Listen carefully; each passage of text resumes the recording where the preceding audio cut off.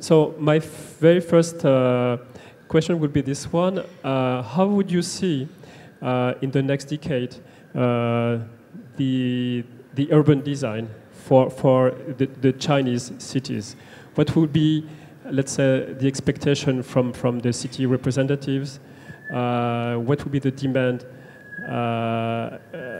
And also in terms of investment, how do you see private and public working together or not working together in making those cities? I think in the past 30 years, as everyone knows, urbanization was really an engine for the economic development. So cities were built to achieve these economic advancement. So, however, it has already started for the next decade, whatever period, I don't know. But I think that the next step really has to do with the improvement of livability of cities. So we will see a lot of effort from the government to the developers to architects really to make the urban life quality better. And then another huge challenge we have, and it's being taken very seriously, although some real effort really needs to be made, of course, is on the sustainability front. Now government is trying to award cities which use more solar energy, which would cut down solar consumption, energy consumption and so on. In general, I think that's the right direction, but now it's still more a conversation than action. So I think next 10 years or so, we're gonna see how these ideas either succeed or fail. It's going to be a very interesting period. Do you see the scale changing also? As far as scale goes, what I'd like to see, I don't know if it's going to happen, because the way urbanization is consuming the land and so on is totally unsustainable, or just building more and more cities. We have 700 some new cities, or combined at least. And I don't see that's been the trend. So exploding cities or urban sprawl might be substituted by implode. So it's rather building up the density of current existing cities. I can see Beijing to be a lot more denser than it is, although I don't know if the government sees that way, because really I think the land use in a lot of cities, Beijing in particular, is now under rather than over in general. A lot of things in the Chinese cities need to be rethought, especially how to develop the existing city, how to improve what is inside the city. Because, for example, like what happens in Shenzhen is that before the urban planning committee controls the maximum FARs and maximum heights for the inner city. But now they're in the process of shifting from controlling the minimum FAR and in some area minimum heights of the inner city, because they want to make good use of the lands. I think when people talk about ecology, right, and a lot of people think that in China, they think that we should build an eco-city, a so-called eco-city. What we think is a fake, really wrong direction, because that eco-city, what's in people's mind about this eco-city is like everybody live in townhouses with green, with everybody living in the park, right? It's so green and so nice, so beautiful. That's exactly what's happening in a lot of the ordinary people's mind, and also in a lot of the local government's mind.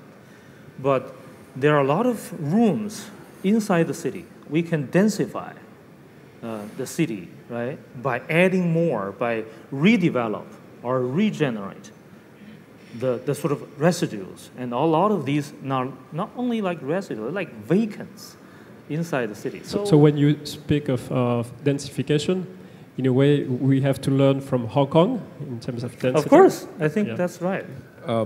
Recently, somebody was telling me the amount of sidewalk, roadway, curb, water, sewer pipe, and storm drainage, plus police, number of miles the police drives, and the trash pickup truck per capita in Los Angeles.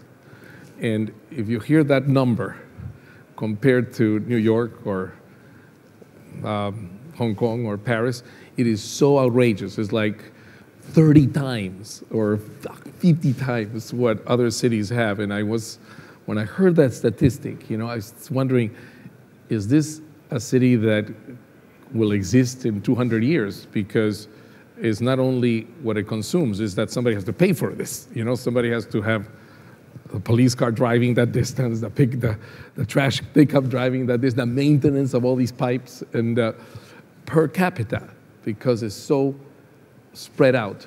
And it made me think that it was a pity that walled cities don't exist anymore. Because if there's a walled city, you're forced to reuse and reuse what you've got instead of going forever. And in a way, Hong Kong Island is a walled city because it's surrounded by water. Well, London is becoming not really a walled city, but you have to pay a toll to enter to the city.